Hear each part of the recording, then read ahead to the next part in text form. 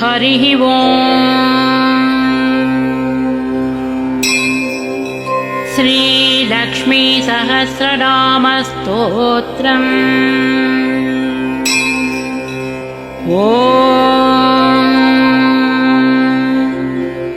अस्य श्री लक्ष्मी दिव्य सहस्रनामस्तोत्रमहामन्त्रस्य आनन्दकर्दमचिक्लीतेन्दिरा सुतादयो महात्मानो महर्षयः अनुष्टुप्छन्दः विष्णुमायाशक्तिः महालक्ष्मीः परादेवता। श्री महालक्ष्मी प्रसादद्वारा सर्वेष्टार्थसिद्ध्यर्थे जपे विनियोगः।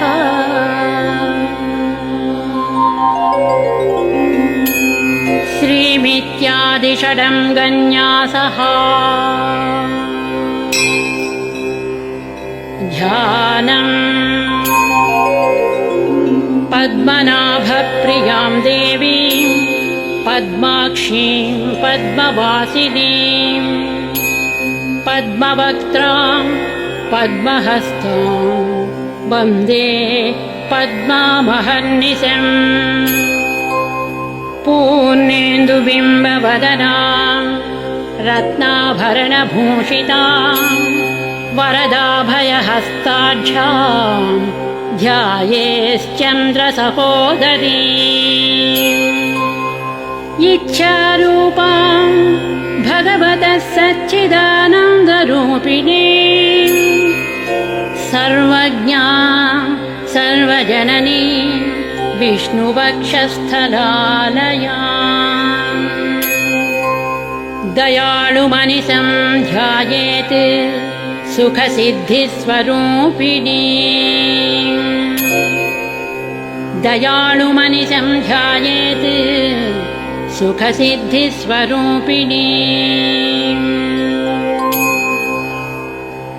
हरिः ओम्। नित्यागतानं तदित्या नन्दिनी जनरञ्जनी नित्यप्रकाशिनी चैव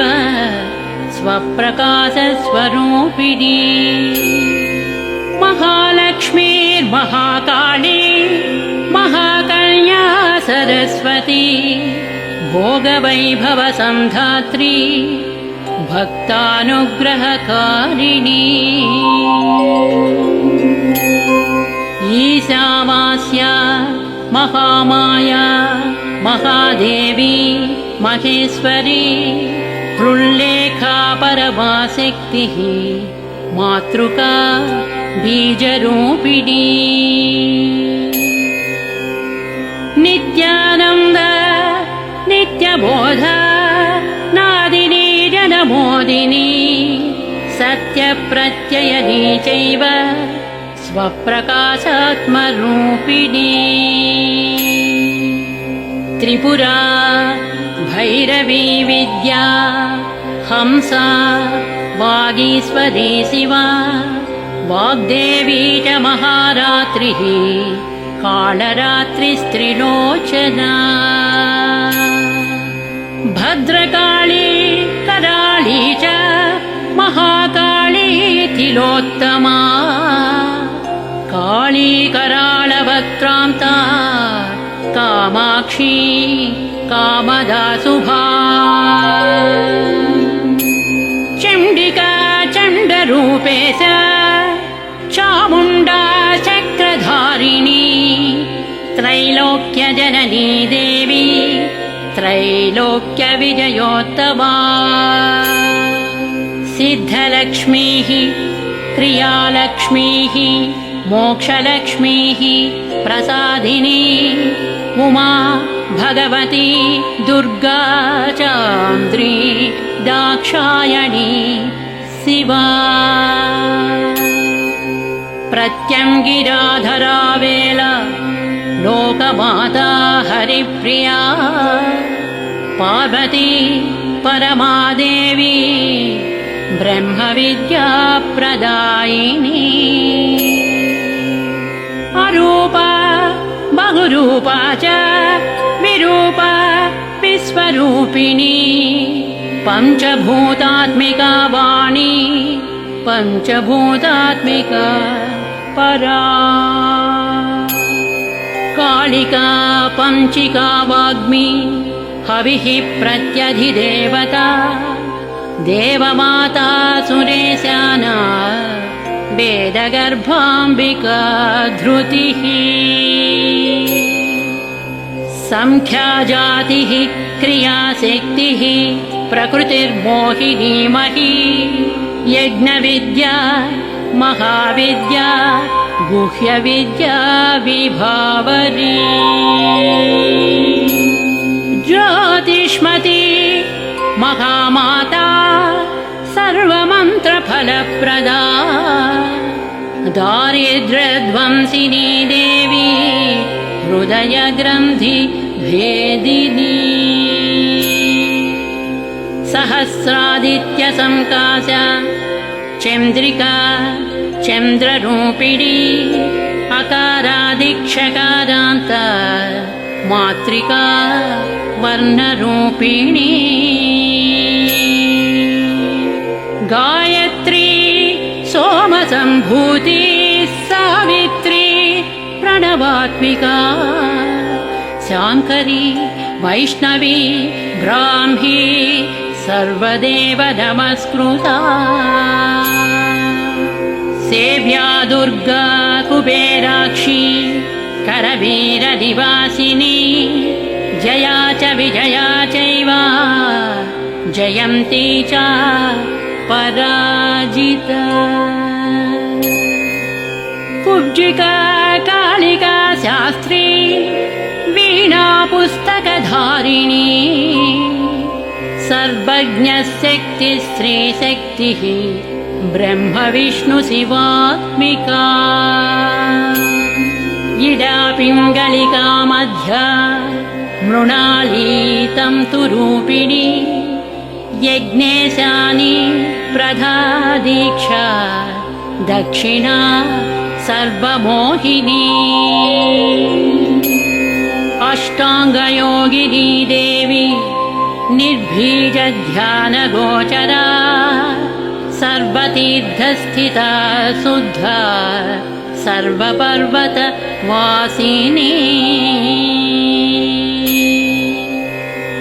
वेदशास्त्रप्रभा देवी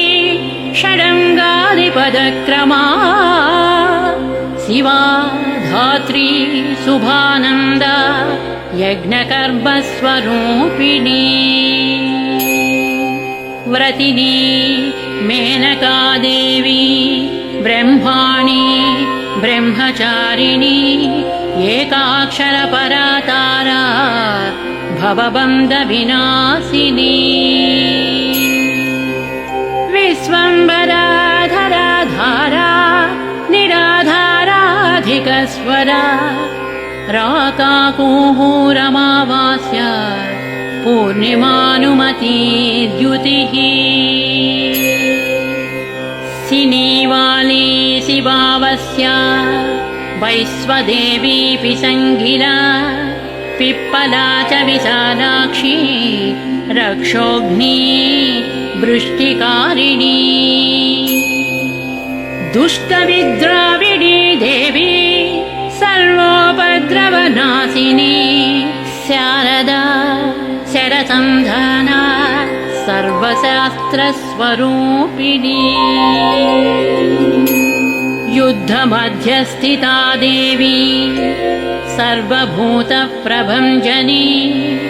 अयुद्धा युद्धरूपा च शान्ता शान्तिस्वरूपिणी गङ्गा सरस्वती वेणी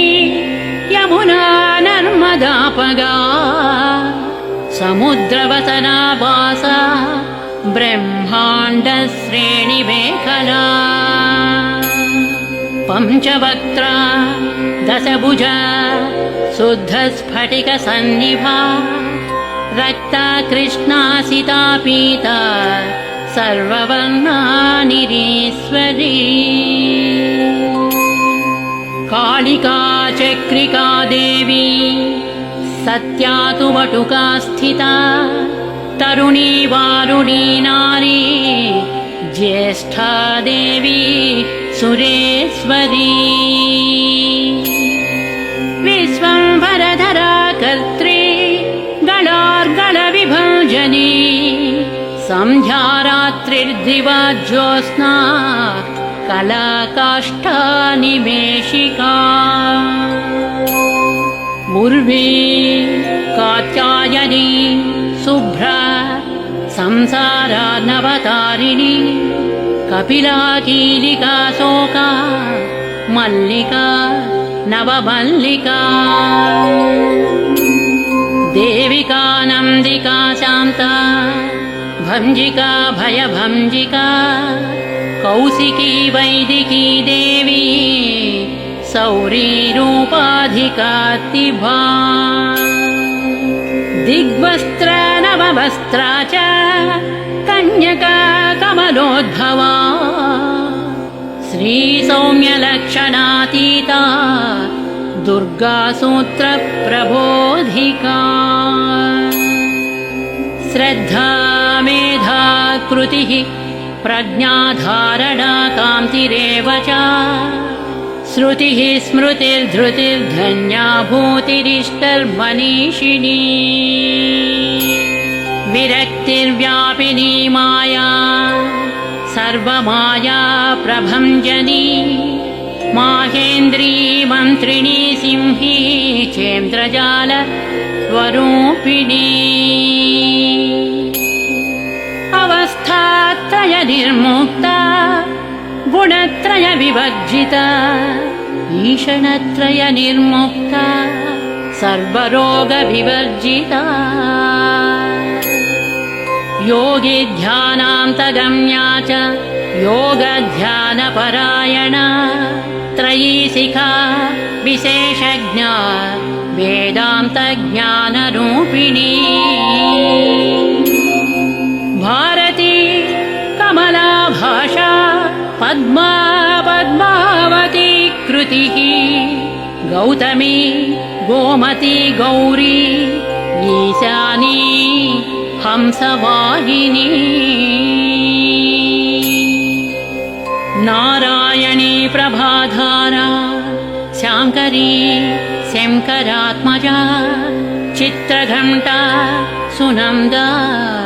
श्रीर्मानवी मनुसंभवा स्तम्भिनी क्षोभिणी मारी ब्राह्मिणी शत्रुमारिणी मोहिनी द्वेषिणी वीरा अघोरा रुद्ररूपिणी रुद्रैकादशनी पुण्या कल्याणी लाभकारिणी देवदुर्गा महादुर्गा स्वप्नदुर्गाष्टभैरवी सूर्यचन्द्राग्निरूपा च ग्रहनक्षत्ररूपिणी बिन्दुनादकलातीता बिन्दुनादकलात्मिका दशवायुजयाकारा कला षोडश संयुता काश्यपी कमला देवी नादचक्रनिवासिनी मृडाधारा स्थिरा गुह्या देविका चक्ररूपिणी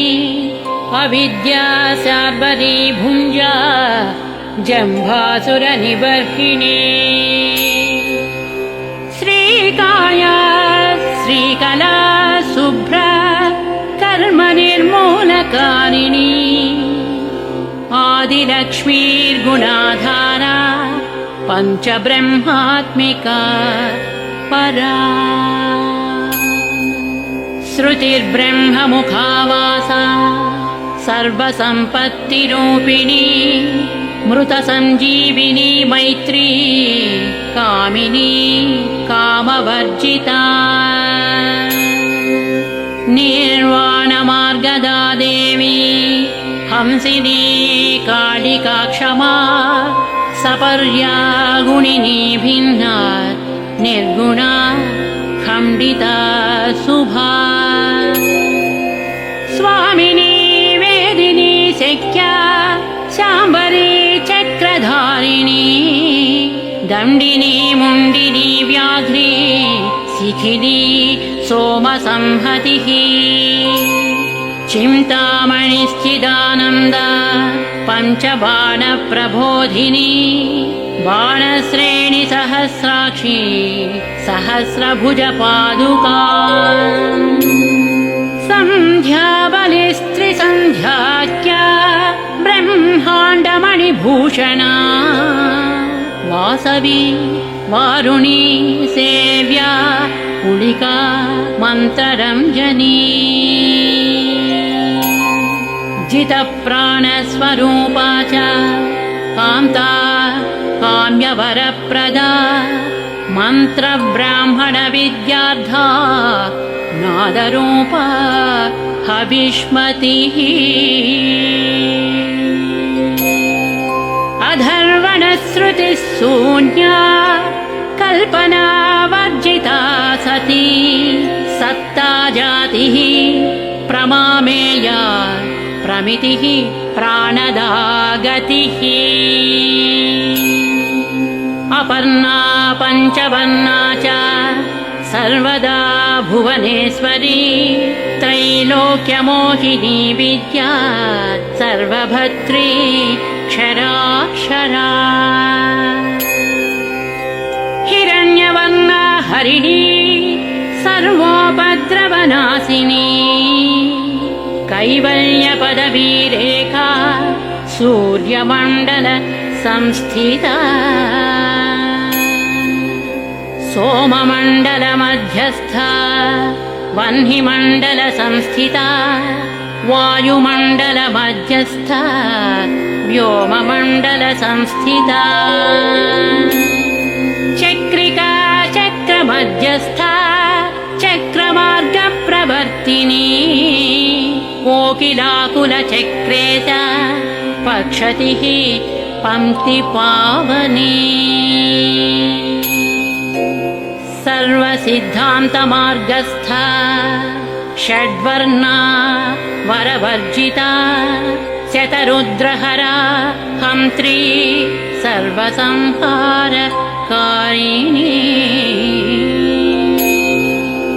पुरुषा पौरुषी तुष्टिः सर्वतन्त्रप्रसूतिका अर्धनारीश्वरी देवी सर्वविद्याप्रदायिनी भार्गवी आजुषी विद्या सर्वोपनिषदा स्थिता व्योमकेशाखिलप्राणा पञ्चकोश विलक्षणा पञ्चकोशात्मिका प्रत्यक् पञ्चब्रह्मात्मिका शिवा जगज्जराजनित्री च पञ्चकर्म प्रसूतिका वाग्देव्याभरणाकारा सर्वकाम्यस्थिता स्थितिः अष्टादश चतुष्षष्टिपीठिका विद्यया युता कालिका कर्षणश्यामा यक्षिणी किन्नरेश्वरी केतकी मल्लिका शोका वाराही धरणि ध्रुवा नारसिंही महोग्रास्या भक्तानामार्तिनाशिनी अन्तर्बला स्थिरा लक्ष्मीः जरामरण नाशिनी श्रीरङ्गिता महाकाया सोमसूर्याग्निलोचना अदितिर्देवमाता च अष्टपुत्राष्टयोगिनी अष्टप्रकृतिरष्टाष्ट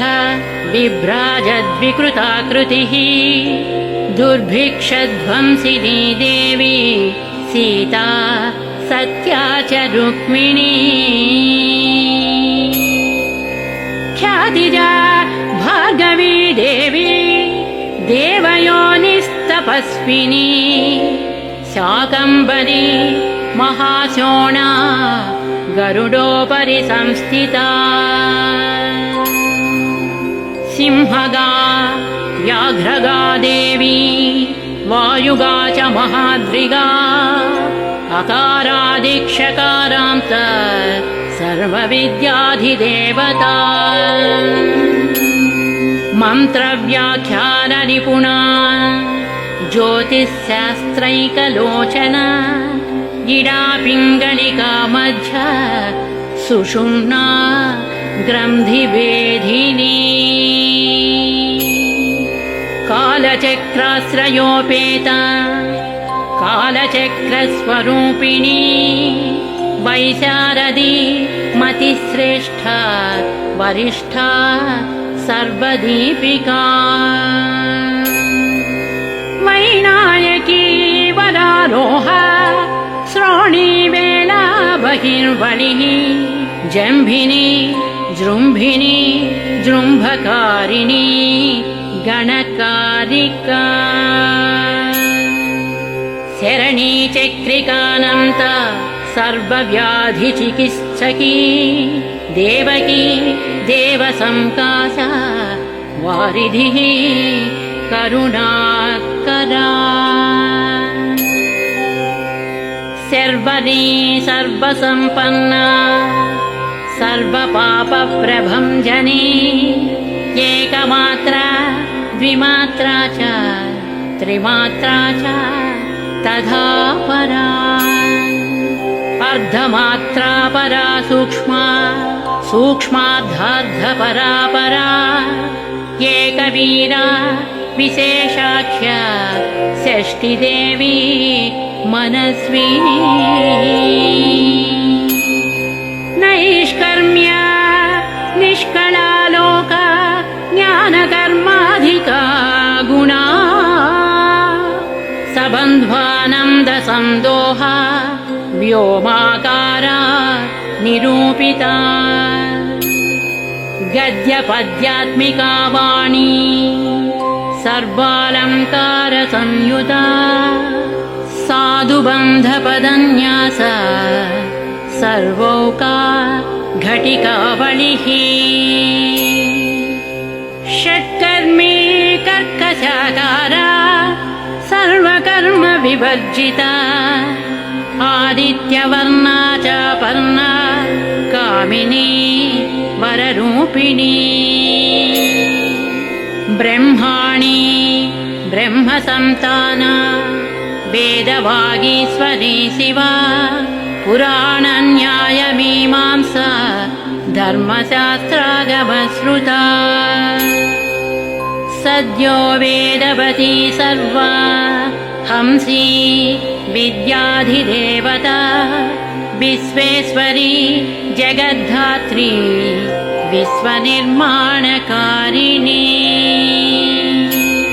वैदिकी वेदरूपा च कालिका कालरूपिणी नारायणी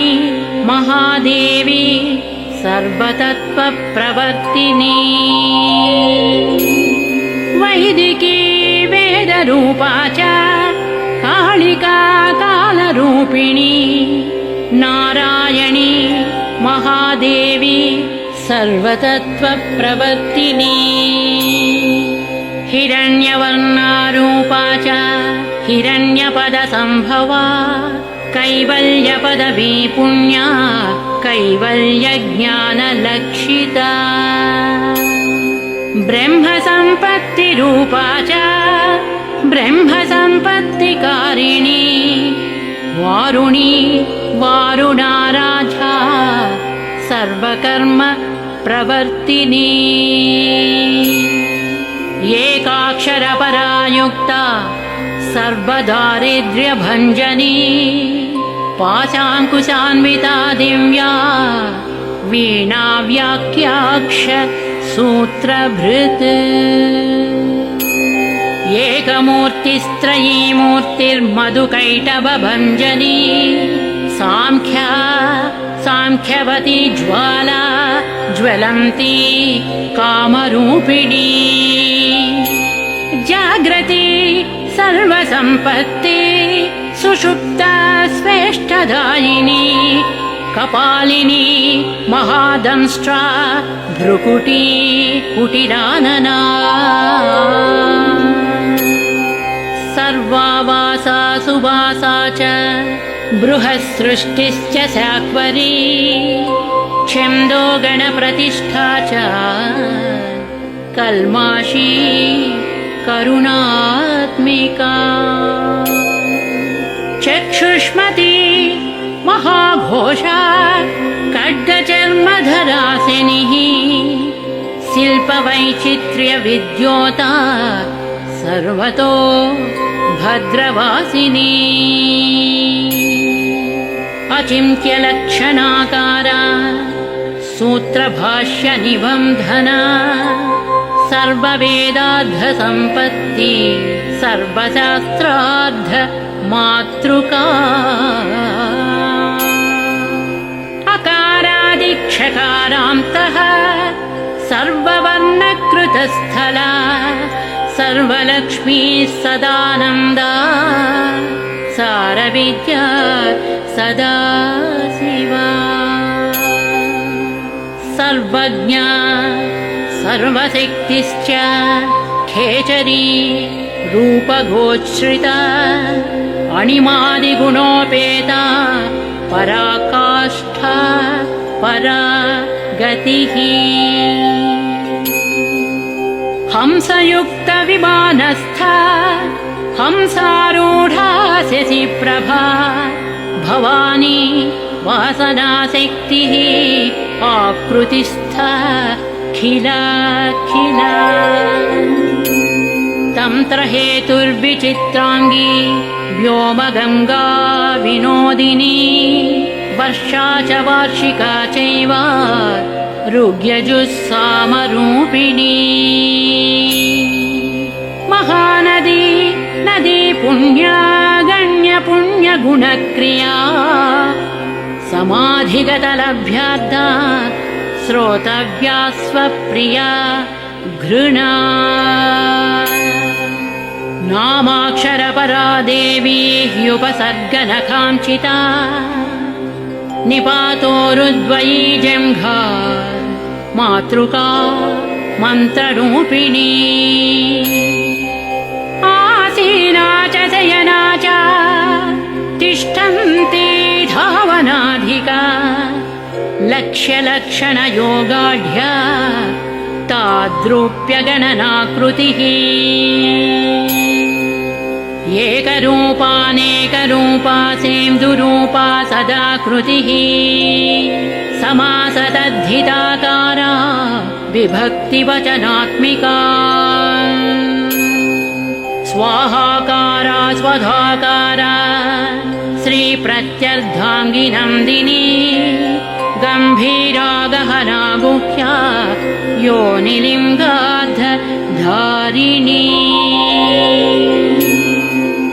शेषवासुकि संसेव्या चपलावरवर्णिनी कारुण्यकार सम्पत्तिः कीलकृन्मन्त्रकीलिका शक्तिबीजात्मिका सर्वमन्त्रेष्ठाक्षयकामना आग्नेयी पार्थिवा आप्या वायव्या व्योमकेतना सत्यज्ञानात्मिकानन्दा ब्राह्मी ब्रह्मसनातनी अविद्यावासना माया प्रकृतिः सर्वमोहिनी शक्तिर्धारणशक्तिश्च चिदचिच्छक्तियोगिनी वक्त्रारुणा महामाया मरीचिर्मदमर्दिनी विराट् स्वाहा स्वधा शुद्धा निरूपाप्तिः सुभक्तिगा निरूपिता द्वयी विद्या नित्या नित्यस्वरूपिणी वैराजमार्गसञ्चारा सर्वसत्पददर्शिनी जालन्धरी मृडानी च भवानी भवभञ्जनी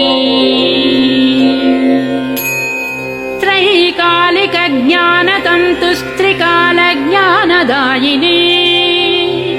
नादातीता स्मृतिः प्रज्ञाधात्रीरूप त्रिपुष्करा पराजिता विधानज्ञा विशेषितगुणात्मिका हिरण्यकेशिनी हेमा ब्रह्मसूत्रविचक्षणा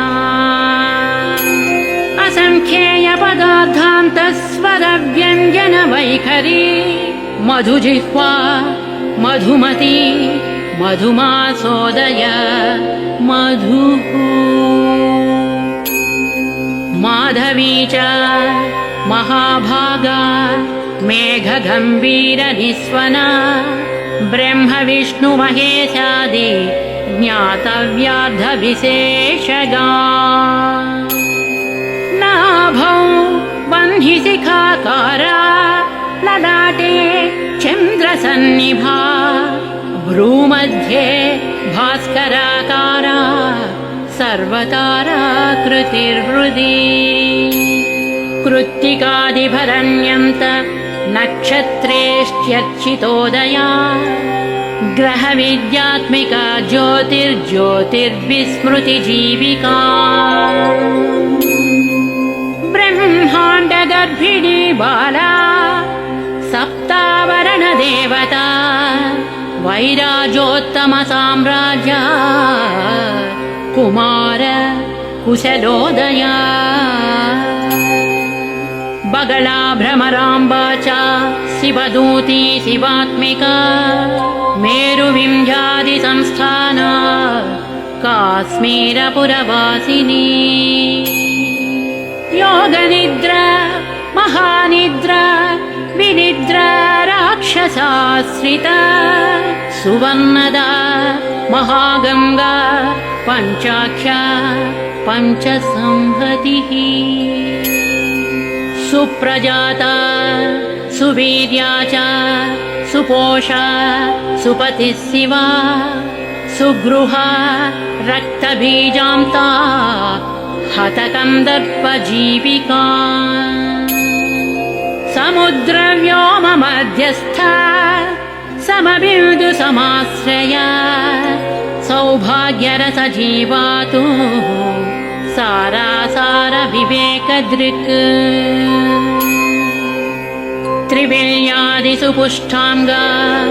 भारती भरताश्रिया नादब्रह्ममयी विद्या ज्ञानब्रह्ममयी परा ब्रह्मनाडीनिरुक्तिश्च ब्रह्मकैवल्यसाधना कालकेयमहोदारा वीर्यविक्रमरूपिणी बडवाग्निशिखावक्त्रा महाकबलतर्पणा महाभूता महादर्प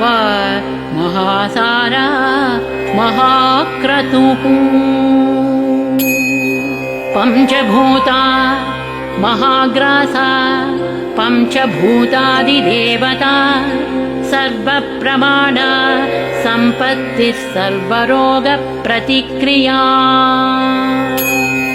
ब्रह्माण्डान्तर्बहिर्व्याप्ता विष्णुवक्षो विभूषिणी शाङ्करी विधिवक्त्रस्था प्रवरा वरहेतुकी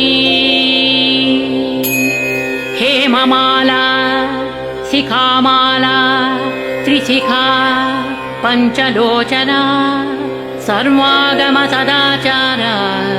मर्यादायातु भञ्जनी पुण्यश्लोकप्रबन्धाढ्या सर्वान्तर्यामि रूपिणी सामगानसमाराध्या श्रोतुकर्णरसायना जीवलोकैक जीवातुर्भद्रोदारविलोकना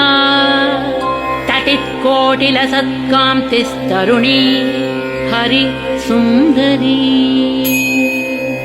मीननेत्रा च सेन्द्राक्षी विशालाक्षी सुमङ्गला सर्वमङ्गलसम्पन्ना साक्षान्मङ्गलदेवता देहहृद्दीपिका दीप्तिर्जिह्वा पापप्रणाशिनी अर्धचन्द्रोल्लसद्दंष्ट्रा यज्ञवाटी विलासिनी महादुर्गा महोत्साह महादेव बलोदया डाकिनीढ्या शाकिनीढ्या हाकिनीढ्या समस्तजुट निरङ्कुशानाकिवन्द्या षडाधाराधिदेवता भुवनज्ञाननिःश्रेणिः भुवनाकार वल्लरी शाश्वती शाश्वताकारा लोकानुग्रहकारिणी सारसी मानसी हंसी हंसलोकप्रदायिनी चिन्मुद्रालङ्कृतकरा कोटिसूर्यसमप्रभा सुखप्राणिशिरोरेखा सदसदृष्टप्रदायिनी सर्वसाङ्कर्यदोषघ्नी ग्रहोपद्रवनाशिनी क्षुद्रजन्तुभयग्नी च विषरोगादिभञ्जनी सर्वसाङ्कर्यदोषघ्नी ग्रहोपद्रवनाशिनी क्षुद्रजन्तुभयग्नी च विषरोगादिभञ्जनी सदा शान्ता सदा शुद्धा गृहच्छिद्रनिवारिणी कलिदोषप्रशमनी कोलाहल पुरस्थिता गौरी लाक्षणिकी मुख्या जगन्याकृतिवर्जिता मायाविद्या मूलभूता वासवी विष्णुचेतना वादिनी वसुरूपा च वसुरत्नपरिच्छदा छान्दसी चन्द्रहृदया मन्त्रस्वच्छन्दभैरवी वनमाला वैजयन्ती पञ्चदिव्यायुधात्मिका पीताम्बरमयी चञ्चत्कौस्तुभा हरिकामिनी नित्या तद्ध्या रमा रामा रमणी मृत्युभञ्जनी ज्येष्ठा काष्ठा धनिष्ठां ता शराङ्गी निर्गुणप्रिया मैत्रेया मित्रविन्दा च शेष्यशेषकलाशया वारणासी वासलभ्या चाव्यावर्तजनस्तुता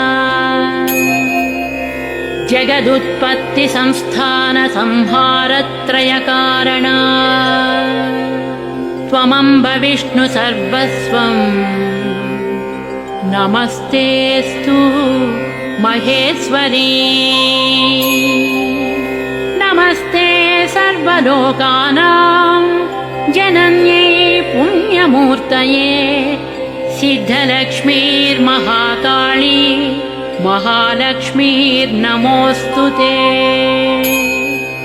सद्यो जातादिपञ्चाग्निरूपा पञ्चकपञ्चिका यन्त्रलक्ष्मीर्भवत्यादि राध्याद्येते नमो नमः। सृष्ट्यादिकारणाकारा वितते दोषवर्जिते जगल्लक्ष्मीर्जगन्माता विष्णुपत्नी नमोऽस्तुते। नवकोटिमहाशक्तिसमुपास्य पदाम्बुजे कनकः संवर्णरत्नाढ्य सर्वाभरणभूषिते अनन्तनित्यमहिषी प्रपञ्चेश्वरनायकी अत्युच्छ्रितपदान्तस्थे परमव्योमनायकी नाकपुष्टगताराध्ये विष्णुलोकविलासिनी वैकुण्ठराजमहिषी श्रीरङ्गनगराश्रिते रङ्गनायकि भूपुत्री कृष्णे वरदवल्लभे कोटिब्रह्माण्डादिसंसेव्ये कोटिरुद्रादिकीर्तिते मातुलुङ्गमयं खेटं सौवर्णचषकं तथा पद्मद्वयं पूर्णकुम्भं क्षीरं च वरदाभये पाशमङ्कुशं शङ्खं च चक्रं शूलं कृपाणिकां धनुर्बाणौ चाक्षमालां चिन्मुद्रामपि बिभ्रति अष्टादशभुजे लक्ष्मीः महाष्टादशपीठगे भूनीलादिसंसेव्ये च स्वामि चित्तानुवर्तिनी पद्मे पद्मालये पद्मे पूर्णकुम्भाभिषेचिते इन्दिरेन्दिराभाक्षी क्षीरसागर कन्यके भार्गवी त्वं स्वतन्त्रेच्छा वशीकृतजगत्पतिः मङ्गलं मङ्गलानां त्वं देवतानां च देवता त्वमुत्तमोत्तमानां च त्वं श्रेयः परमामृतम् धनधान्याभिवृद्धिश्च सार्वभौम सुखोच्छ्रया आम्दोलिकादिसौभाग्य मत्ते भाति महोदया पुत्रपौत्राभिवृद्धिश्च विद्याभोग बलाधिकम् आयुरारोग्यसम्पत्तिः अष्टैश्वर्यं त्वमेव हि परमेश विभूतिश्च सूक्ष्मात् सूक्ष्मतरा गतिः सदयापाङ्गसंदत्त ब्रह्मेन्द्रादिपदस्थितिः अव्याहतमहाभाग्यं त्वमेवाक्षोभ्य विक्रमा समन्वया च वेदानामविरोधात् त्वमेव हि निःश्रेयसपदप्राप्ति साधना फलरूपिणी श्रीमन्त्रराजराज्ञी च श्रीविद्याक्षयमकारिणी श्रीं बीजजपसन्तुष्टा ऐं ह्रीं श्रीं बीजपालिका प्रपत्तिमार्गसुलभा विष्णुप्रथमकिङ्करी क्लींकाराद्धसवित्री च सौमङ्गल्याधि देवता श्री षोडशाक्षरी विद्या श्रीयन्त्रपुरवासिनी श्री षोडशाक्षरी विद्या श्रीयन्त्रपुरवासिनी सर्वमङ्गलमाङ्गल्ये शिवे सर्वार्थसाधिके शरण्ये त्र्यम्बके देवी नारायणी नमोऽस्तु ते। पुनः पुनर्नमस्तेऽस्तु साष्टाङ्गमयुतं पुनः। सनत्कुमार उवाच एवं स्तुता महालक्ष्मीर्ब्रह्मरुद्रादिभिः सुरैः समद्भिरार्त्यै देवैश्च निःसत्त्वैर्भोगवर्जितैः ज्येष्ठाजुष्टैश्च निःश्रीकैः संसारास्वपरायणैः विष्णुपत्नी दधौ तेषां दर्शनं दृष्टितर्पणम्। शरत्पूर्णेन्दुकोट्याभा धवलापाङ्गवीक्षणैः सर्वां सत्त्वसमाविष्टांश्चक्रे हृष्टावरं ददौ।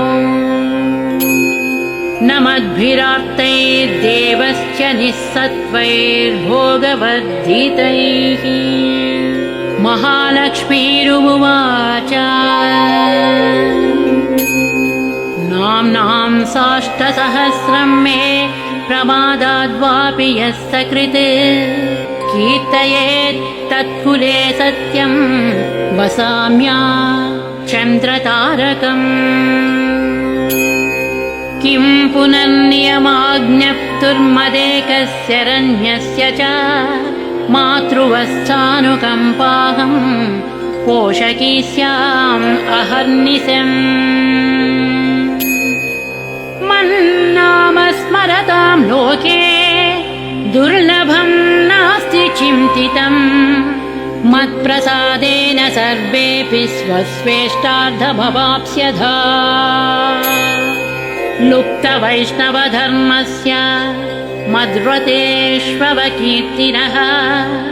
भक्तिप्रपत्तिहीनस्य वन्द्यो नाम्नां जपोऽपि मे। तस्मादवश्यं तैर्दोषैर्विहीनः पापवर्जितः जपेत् साष्टसहस्रं मे नाम्नां प्रत्यहमादरात्। साक्षादलक्ष्मीपुत्रोऽपि दुर्भाग्योऽप्यलसोऽपि वा अप्रयत्नोऽपि मूढोऽपि विकलः पतितोऽपि च अवसातु प्राप्नुयाद्भाग्यं मत्प्रसादेन केवलम्। स्पृहेयमचिराद्देवाः वरदानाय जापिनः। ददामि सर्वमिष्टार्थं लक्ष्मीति स्मरतां ध्रुवम्। ददामि सर्वमिष्टार्थं लक्ष्मीति स्मरतां ध्रुवम्।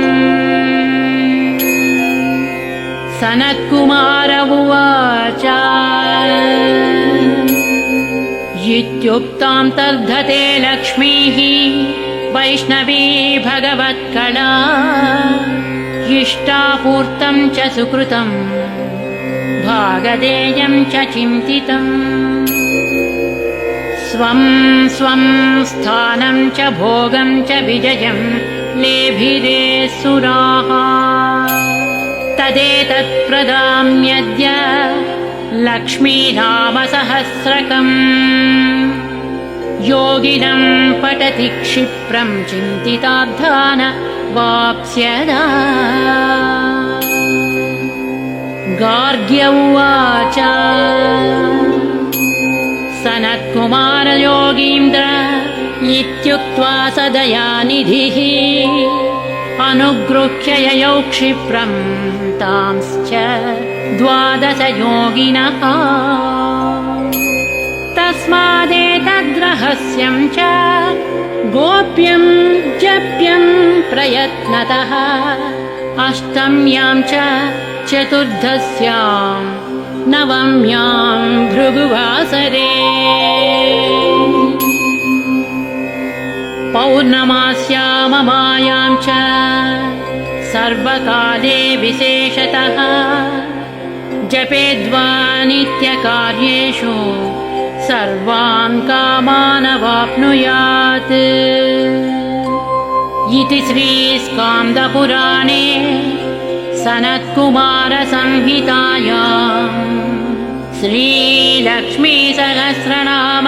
मन्त्रस्तोत्रं समाप्तम्।